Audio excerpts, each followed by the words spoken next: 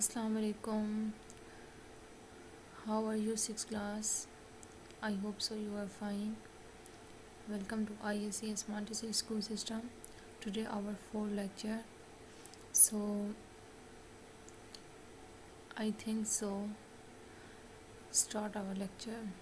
Are you ready for this? Good. So let's start. At first, you take your books and open the books page number 22. Today we will learn chapter number 2, Azan.